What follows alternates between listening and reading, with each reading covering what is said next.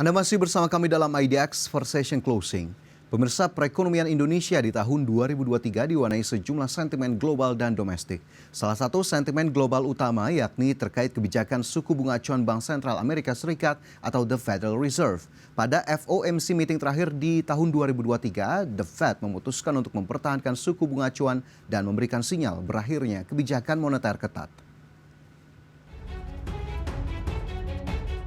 Bank Sentral Amerika Serikat atau The Federal Reserve memutuskan mempertahankan suku bunga acuan pada pertemuan terakhir di tahun 2023.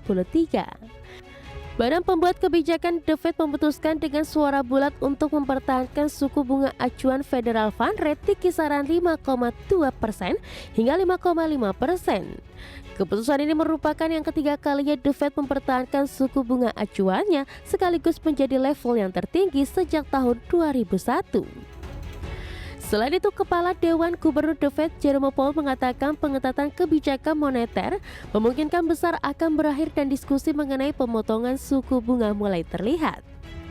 Pernyataan Powell yang disampaikan dalam konferensi pers setelah berakhirnya pertemuan kebijakan terakhir Bank Sentral tahun 2023 sejalan dengan proyeksi dari 19 pembuat kebijakan yang hampir sepakat bahwa biaya pinjaman akan turun pada tahun 2024, banyak diantaranya dengan selisih yang besar. Dengan berakhirnya FOMC meeting terakhir di tahun 2023, The Fed tercatat telah menaikkan suku bunga acuan sebanyak 4 kali sepanjang tahun, sedangkan 4 pertemuan sisanya The Fed mempertahankan suku bunga acuan. Dari Jakarta, Tim Liputan IDX Channel.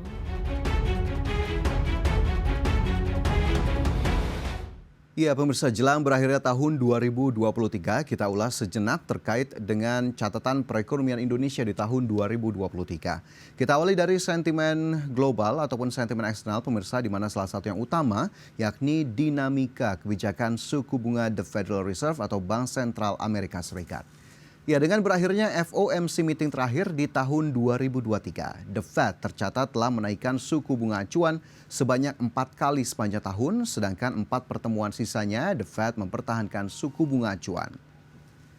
Ya, dalam FOMC meeting terakhir di Desember, Chairman The Fed Jerome Powell menyatakan sejumlah hal di antaranya. Powell mengatakan para pejabat The Fed siap untuk menaikkan suku bunga lagi jika memang tekanan harga kembali muncul. Namun, ia juga mengindikasikan bahwa The Fed sekarang mengalihkan fokus ke kapan waktu yang tepat untuk memangkas suku bunga karena inflasi terus turun menuju target 2%.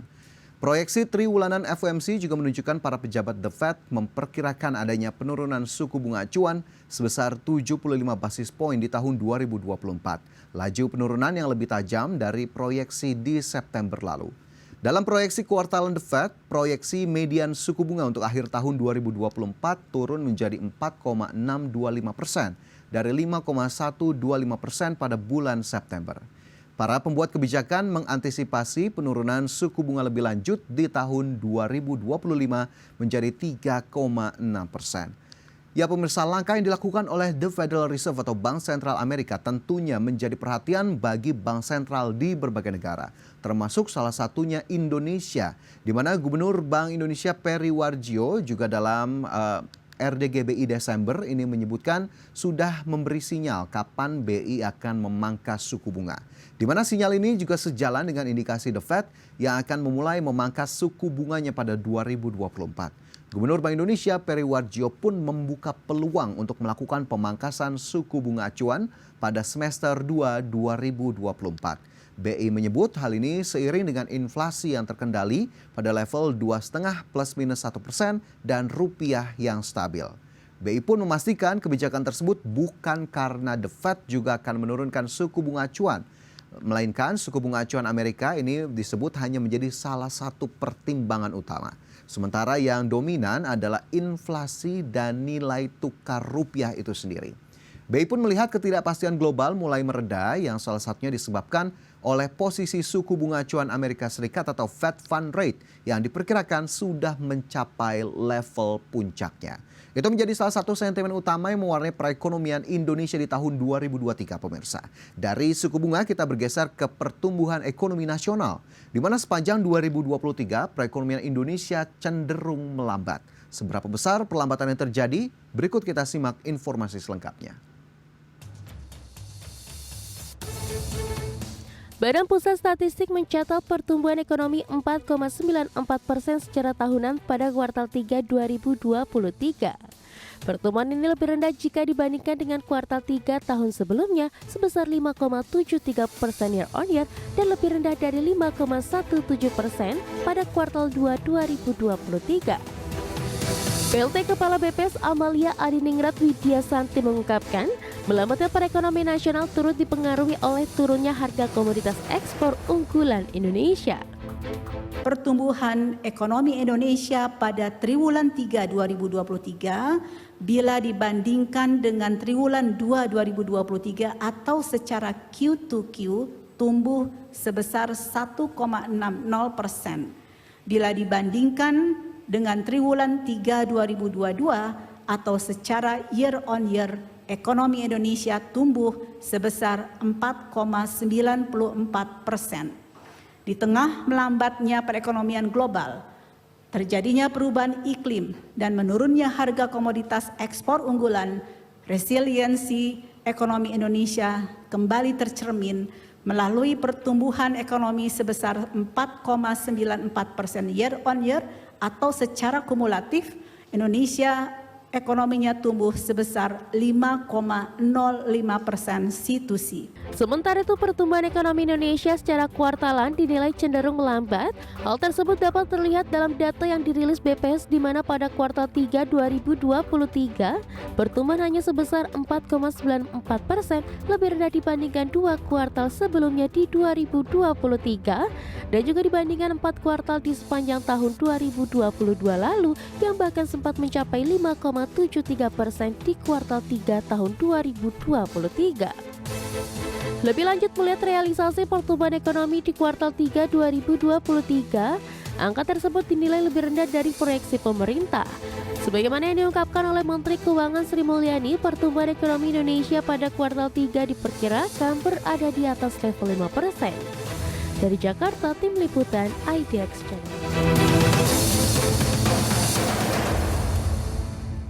Ya, kita ke catatan kedua pemirsa, yakni pertumbuhan ekonomi Indonesia, di mana di triwulan 3 2023 tercatat pertumbuhan hanya sebesar 4,94% secara year on year atau lebih rendah dibandingkan bulan sebelumnya sebesar 5,01% dan periode yang sama di tahun sebelumnya di 5,73%.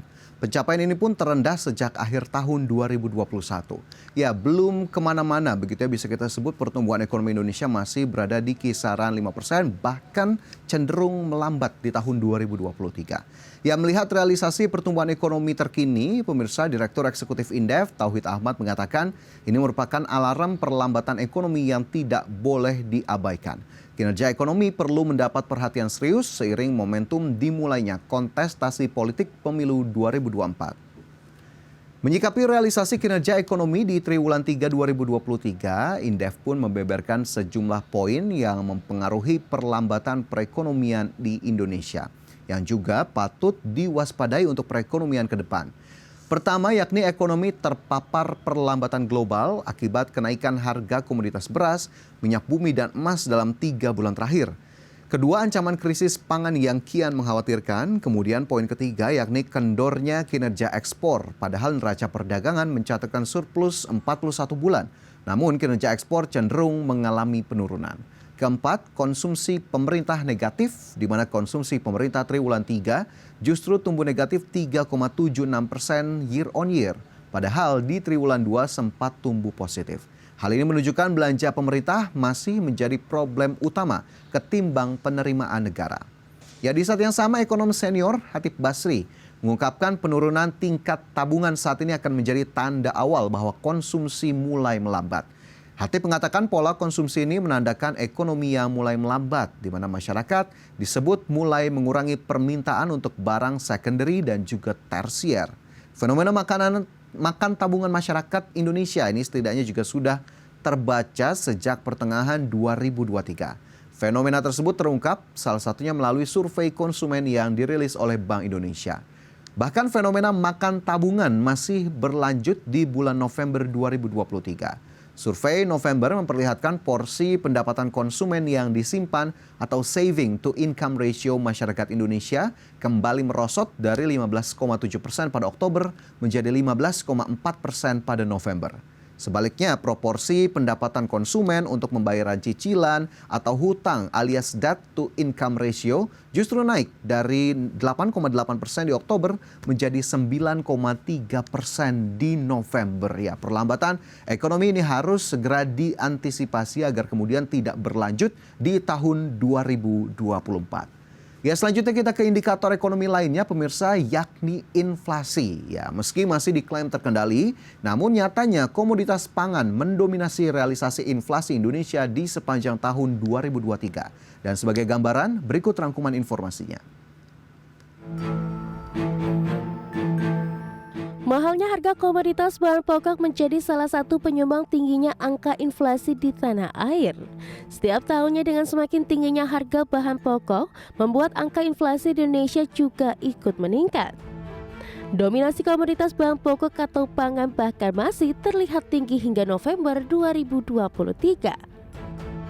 Dalam konferensi pers, Badan Pusat Statistik melaporkan inflasi IHK pada November 2023 sebesar 0,38% secara bulanan atau month to month. Lebih tinggi bila dibandingkan dengan inflasi bulanan pada Oktober 2023 yang sebesar 0,17%. BPS mengungkapkan pendorong utama inflasi pada bulan November 2023 adalah kelompok makanan, minuman, dan tembakau dengan komoditas utama yakni cabai, bawang merah, dan beras. Kelompok pengeluaran penyumbang inflasi bulanan terbesar pada bulan November 2023 adalah makanan, minuman, dan tembakau dengan yaitu sebesar 1,23%.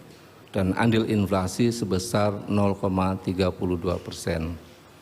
Dengan komoditas penyumbang utama inflasi adalah yang pertama cabai merah ya dengan andil inflasi sebesar 0,16%, cabai rawit dengan andil inflasi sebesar 0,08%, bawang merah dengan andil inflasi sebesar 0,03%, beras dengan andil inflasi sebesar 0,02% dan gula pasir serta telur ayam ras dengan andil inflasi masing-masing sebesar 0,01%. Sementara itu sebelumnya Kepala Badan Kebijakan Fiskal Kementerian Keuangan Febrio Kacaribu mengungkapkan pemerintah berupaya menjaga stabilitas pasokan pangan untuk mengendalikan inflasi. Selain menjaga pasokan pangan, Kepala BKF menyebut kebijakan operasi pasar, gelar pangan murah, dan intervensi harga terus konsisten dilakukan agar ekspektasi inflasi dapat terjaga. Dari Jakarta, Tim Liputan IDX Channel. Ya, catatan ketiga yakni terkait dengan inflasi pemirsa, di mana mahalnya harga komoditas bahan pokok menjadi salah satu penyumbang tingginya angka inflasi di tanah air.